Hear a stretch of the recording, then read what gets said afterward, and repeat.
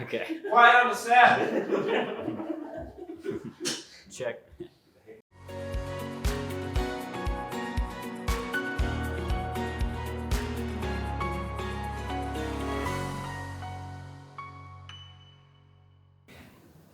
Hello, my name is Doug Merrill, and I'm a manager at Reveal Group in our innovation practice. And I'm joined here by Kevin with Expert.ai.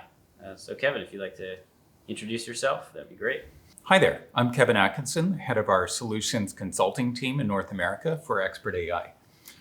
Expert.ai's mission is to make anyone an expert with simple and powerful AI tools that unlock the value in language data. And we want to become the global leader and partner of choice when it comes to transforming unstructured language data into structured data in any domain. So in this tech talk, we're going to talk about how we can unlock unstructured data for automation purposes. And we're going to clarify some misconceptions in that field as well. So Kevin, care to explain what NLP is? Yeah, natural language processing, NLP, is a field of artificial intelligence which enables computers to understand language the way that people do. And underneath NLP, you have two kind of main categories: natural language understanding and natural language generation. So natural language understanding is words, meaning of phrases, and understanding the language and processing it. Natural language generation is taking structured data and turning it into different unstructured data. This is significant because 80 to 90% of organizational communication is unstructured. And this comes in the form of emails, comes in the form of long contracts, can even come in the form of social media posts. So now that we've provided a background on what NLP is and how can it be applied to automation, let's now clarify some of the misconceptions out there in this space. And I think starting off with the most common one is around not being able to automate processes that have unstructured data. So Kevin, could you actually go into some of the various use cases out there that tie NLP with automation? Yeah, it's a great question. And as you can imagine, it's pretty diverse, and there's a big spectrum there in terms of what we're automating and enriching. But a couple of examples. So on the kind of complex end of the spectrum, the problem of commercial risk engineering is very complex. There's engineering reports. An engineer goes to a property site that may have multiple buildings and provides a really comprehensive report on everything and anything to do with that building. And so we've successfully applied our AI technology to that problem of being able to extract all of the important knowledge from these really detailed, lengthy, complex reports, and able to take that process that takes a subject matter expert who knows this really, really well, and reduce the period of time from hours to minutes for them to be able to perform that function. Yeah, so you mentioned classification. If we could talk about the kind of like the 2 or 3 main types of outputs out there that get used for automation that are derived from NLP. Yeah, sure. So classification, what we mean by that is taking some kind of, in the kind of world of email automation and management, it's really about intent. What are they actually asking for? Yeah. And classifying the type of request that's being made. And data extraction, which is a different kind of capability or feature, is finding specific data elements, data points inside of that email or supporting document and extracting it so that you can plug into, for example, an RPA automation opportunity. So that's classification and extraction. Sentiment analysis is another capability that we provide, which is really looking at the emotional language and content that goes along with the communication. So is the person describing something positively or negatively? And that's got a lot of implications if we're able to understand what the client is asking for, but also the emotional language that goes along with it. Right, yeah. So as you can imagine, just from those 3 types of outputs alone, you have so many more opportunities unlocked for you from an automation perspective. Let's talk about the next most common myth, which is around the giving people a form to structure their data, and that's often seen as like the number one way. It's like, oh, we've got this unstructured data problem. Let's just give our customers or our employees a form to fill out. Yeah. Can you talk about some of the challenges with that? Yeah, well, forms would work great Yeah. if everything could be boiled down to a check mark or a drop-down box. But in the real world, that doesn't really work very well. Even when we do use structured forms and there are fields to collect information, usually those forms have a open text field where you can provide a description or a context or some kind of narrative to support what you're actually asking for. And then similarly, most of the data in the enterprise is already unstructured. And so you're asking people to go through all of that information and normalize it onto a form standard, which is really, really hard. And in fact, that's really where the opportunity lies, in automating and taking that unstructured language data and normalizing, extracting the structured information to replace the form. Yeah, so where you can replace it, it can even complement it. Actually, in a demo that we'll have a link to at the bottom of this video, we'll show how you can take a structured form from like an IT service ticket, and then maybe for the portion that's like a free text field around the description of the problem, you can apply an NLP model to break that down, figure out what it's about, and then with that information, automate the rest of the downstream process. Yeah, really great point. Yeah. So another common myth that we see out there is around NLP being too costly. I think folks have probably at least heard of NLP in some capacity, and likely heard of tools out there like the IBM Watsons of the world, and they just immediately think, oh, lots of GPUs are going to be required. It's going to create a huge burden on my infrastructure team to maintain this. Could you maybe clarify for this audience here how that's just not true, especially for Expert.ai? Yeah, those are it's definitely some things to take into consideration. Expert.ai's core technology is extremely efficient and something that really differentiates us, that we combine symbolic knowledge-based approach and machine learning. But our core technology runs on a normal standard CPU. And the platform that we've provided, which integrates and leverages machine learning models, algorithms, and techniques, it also runs on standard normal CPUs in AWS and Microsoft. And so that cost of running platform and solutions is comparatively very, very small.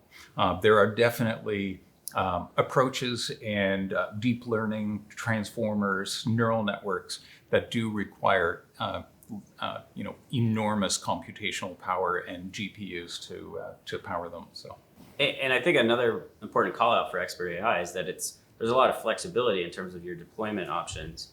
I mean, if you wanted to deploy it in a sense of where there's no training environment on the client end, but that can be trained by like a service provider, and then once that's built out and ready for production, that can sit on the person's environment and the client's environment. That even reduces the technology burden even more. Yeah, that's absolutely true. So we've built on a microservices first architecture, as you'd expect. And so we've separated the platform into the two sides, into the authoring or development side and then the production side. Yeah. So that allows us to deploy just what's needed to support what's required. So if it's just model hosting and consumption, we can do that. It also allows for flexibility in deployment models. You can do development in one environment and then publish either manually or programmatically from one environment to another as well. So a lot of options there and flexibility. One of the aspects of flexibility that Expert.ai models have is the ability to use both a machine learning model and a symbolic model. So can you explain actually what, to this audience that may not know what machine learning is, what machine learning and what symbolic is? Yeah, that's a great question. So there's two fundamentally different ways of working with language data. There's a symbolic or knowledge-based approach and a machine learning approach. So symbolic has actually been around for a long time, 30 years or more. And it's humans defining rules and using knowledge graphs to help software understand language and what's in there and what it means. And machine learning uses statistical data. And so the industry and the market has really shifted away from symbolic and knowledge-based over the past decade or so, and it's really kind of fallen out of favor. But recently, experts and customers and partners are proving that there's actually a need and a benefit to both, that we can use both of these together, complementary, to get really great outcomes. So now that brings us to our fourth myth here, which is perhaps maybe the greatest interest, is that the economics of NLP and automation combined aren't great. This is actually something that Review Group, we've written a white paper on to clarify some of the benefits and costs and how the payback is very much comparable to what we see in automation. Yeah, so we started off with the spectrum of complexity, from big or complex business problems down to small ones, but some really concrete examples. We've delivered email automation and management solutions to the market, where we are saving $1 million a year to banks and insurance providers.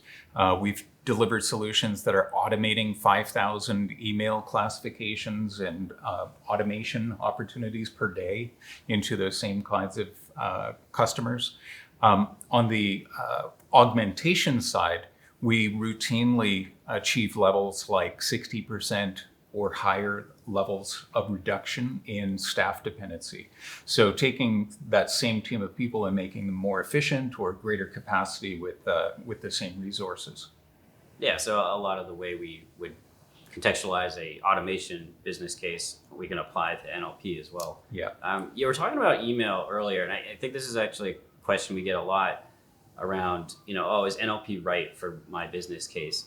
What's the volume like for the number of communications that makes sense to say, okay, yes, let's get this NLP tool on board? Yeah, it's tricky to answer, and it again comes back to what's the business value that's inside of that unstructured language. But typically, we're automating solutions where we're in the hundreds of thousands of emails per year. Yeah. But again, depending on the complexity and the value of what's attached to those email communications. So if you take that and apply it to a business problem where one claim or one document represents more business value than a simple classification, then we can reduce that down into the thousands and tens of thousands on an annual basis. So that's a really good point. I mean, just like with automations that we see in the industry, there's more to the benefit calculation than just handling time or volume. It's also more comprehensive than that. We're looking at other types of benefits that you can gain, like the different, figuring out analytics around the customer and about the product, or the speeding up the amount of revenue being realized. I mean, I know we've discussed in previous sessions around opportunity costs. If maybe you could elaborate on that side of things. Yeah, that's a really good point. We've kind of focused on the business value of a transaction, but there's opportunity cost frequently. So in the insurance world, for example, the first responder tends to win the business. And so if somebody is shopping around for a service or a product and you're able to respond faster, that's definitely got benefit for you. And similarly, detecting things like customer churn or unlocking that kind of knowledge inside of communications has high value.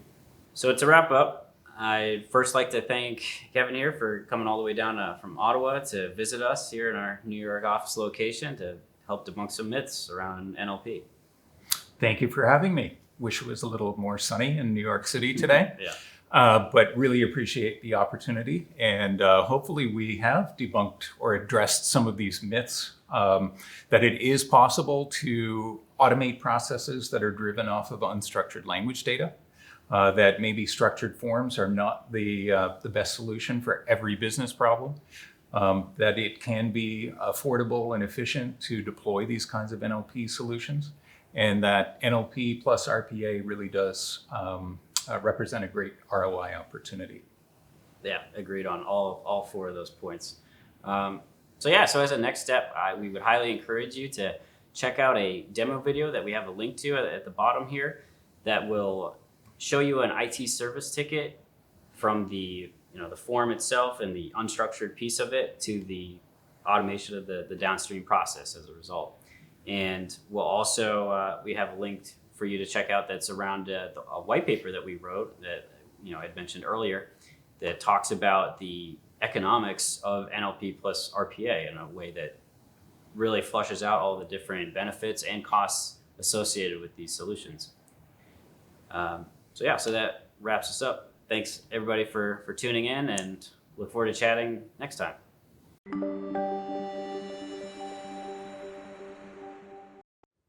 So in this TikTok, TikTok, no. That's it. All right, we're doing dances. My daughters do want me to make A TikTok. TikTok NLP video. Okay.